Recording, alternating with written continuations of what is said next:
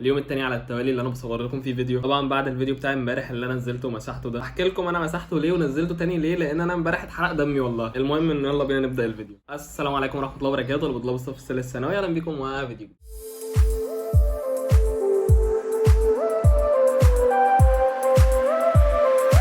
الفيديو بتاع امبارح اللي انا نزلته ده عدد قليل خالص اللي شافه، طبعا قمت مسحته على طول لان اتضح ان الميوزك اللي انا كنت بستعملها في الفيديو ده كان عليها كوبي رايت. قمت مسحه ومنزله تاني. الفكره بقى ان المره الاولانيه اللي انا نزلت الفيديو فيها لوغاريتمات اليوتيوب كانت بدات ترفع الفيديو ترند، وان في عدد كبير هيشوفه وهيجي عليه ريتش كبير والكلام ده كله. لما مسحته ونزلته تاني الفيديو ما بقاش عليه اي ريتش ولا عليه اي مشاهدات ولا عليه اي حاجه. هو انا مش بهتم بالريتش قوي بصراحه، بس الواحد بيحب يشوف نتيجه لتعبه اللي هو عشمني وخلع. نعمل ايه بقى؟ قبل ما نبدا نتكلم في الفيديو ما تنساش تنزل تعمل لايك وتسيب رايك في الكومنت، ويلا بينا نبدا الفيديو.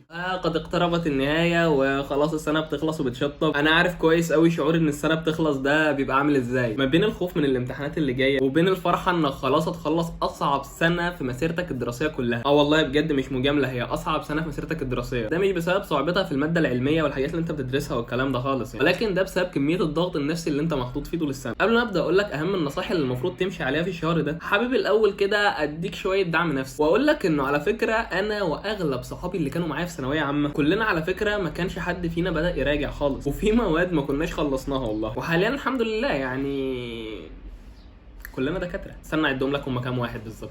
2 يعني ان لم تخني الذاكره فهم 6. احنا ال6 والله بينا دكاتره. ولو حد جه في دماغه قلب الغش، فعلى فكره احنا كل واحد فينا كان في مدرسه شكل اصلا، او مش كل واحد يعني كان في 2 في مدرسه وفي 2 في مدرسه تاني وكده. وعارف كمان كنا بنقول ايه لبعض في الوقت ده اللي هو وقت بدايه شهر 4 كده، ان التوتر اللي احنا فيه حاليا ده شيء مش طبيعي، لان كان في طلبه قبلنا دخلوا كليات عاليه وكانوا بيقولوا لنا انه عادي ان احنا نكون متوترين في الوقت ده من السنه عادي يعني. فاحنا كنا بنقول لنفسنا انه لا مش عادي، وان اكيد الطلبه دي كانت مخلصه ومذاكره وكانت متوتره توتر الامتحانات الطبيعي ده بتاع اي حد. لكن احنا بالنسبه لنا في مواد ما خلصناهاش اصلا، ولكن بعد ما دخلنا الامتحانات وطلعنا وكلنا بقينا دكاتره حرفيا، احنا ال6 دكاتره، انا جاي اقول لكم ان التوتر في الوقت ده فعلا طبيعي، حتى لو ما كنتش بدات تراجع ولا حتى خلصت مواد. اتمنى اكون قدرت ان انا اخليك تستعيد نشاطك تاني للمذاكره. ويلا بينا نتكلم عن موضوع الفيديو. في 5 نصايح مهمين قوي للفتره دي، تعال اقولهم لك. رقم 1، لازم الفتره اللي جايه ديت تكون مرتب كويس قوي انت هتعمل فيها ايه، ما تسيبش الدنيا ماشيه كده وخلاص. الفتره اللي فاتت كنا بنهرجل كتير وما كناش منظمين قوي، لكن الفتره اللي جايه ديت اوعى، احنا خلاص وصلنا لنهايه السباق، وده اللي بيحدد مين هيفوز ومين لا. انا منزل لك الفيديو ده ولسه باقي على بدايه شهر 4 حوالي 10 ايام، علشان من هنا لبدايه شهر 4 فانت تكون بدات تظبط شويه من امورك، لاني عارف ان صعب تظبط امورك اصلا في الفتره دي. وعايزك دلوقتي بدايه من الفتره اللي احنا فيها تبدا تخطط انت هتعمل ايه بدايه من شهر 4 لحد الامتحانات. رقم 2،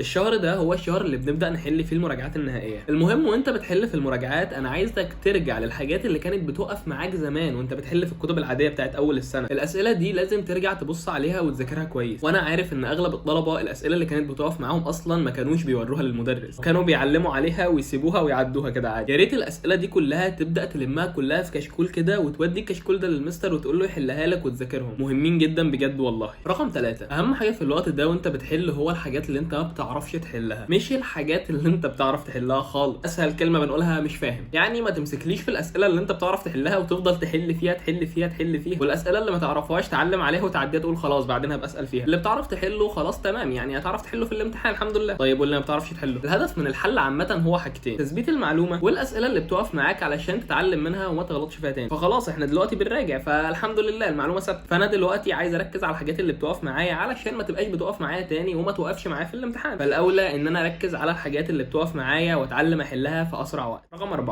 عادي خالص لو كان لسه في ماده او مادتين لسه ما خلصتهمش، طالما كنت بتذاكرها كويس او الى حد ما يا سيدي كنت بتذاكرها كويس. ولكن برضو لو انت من الناس اللي ما كانتش بتذاكر من اول السنه ولكن فائت من فتره كده من شهرين مثلا من شهر وبدات تلم في المواد وشغاله ماشيه كويس خالص، فعادي لو كان في حاجات لسه ما خلصتهاش طالما انت لسه مستمر بنفس المجهود. وزي ما انت شايف دلوقتي اللي ذاكر من البدايه اهو ناسي ودلوقتي بيراجع، اعتبر يا سيدي ان المذاكره اللي انت بتذاكرها دلوقتي هي دي المراجعه بتاعتك. المهم ان انتوا تبداوا تشدوا شويه عشان تلحقوا تخلصوا. رقم 5، النصيحه الخامسه والاخيره اللي انا عايز اقولها لك، وهي انك تحاول تهدي من توترك وتحاول تسيطر عليه على قد ما تقدر. خد بالك التوتر الزياده ممكن يضيع منك مجهود السنه كلها. انا عارف ان التوتر في الفتره دي هو شيء طبيعي طبعا، ولكن لازم نحاول نسيطر عليه علشان لو خرج عن السيطره فالموضوع هيبقى صعب. انا عايزك تفتكر ان هي في الاول وفي في الاخر مجرد سنه هتعدي زيها زي اي سنه عادي. اعمل اللي عليك دلوقتي وخطط للفتره اللي جايه صح، علشان بعد ما السنه تخلص تبدا تفتكرها تاني تقول عملت كل اللي المفروض يتعمل مش بس اللي انا اقدر عليه. وهنا نكون وصلنا لنهايه الفيديو. اتمنى لك حاله نفسيه جيده والله، ما تخليش القلق والتوتر ينسيك انه خلاص اقل من 3 شهور وهتبقى طالب جامعي، وتنسى كل العك اللي فات ده بقى. والسلام عليكم.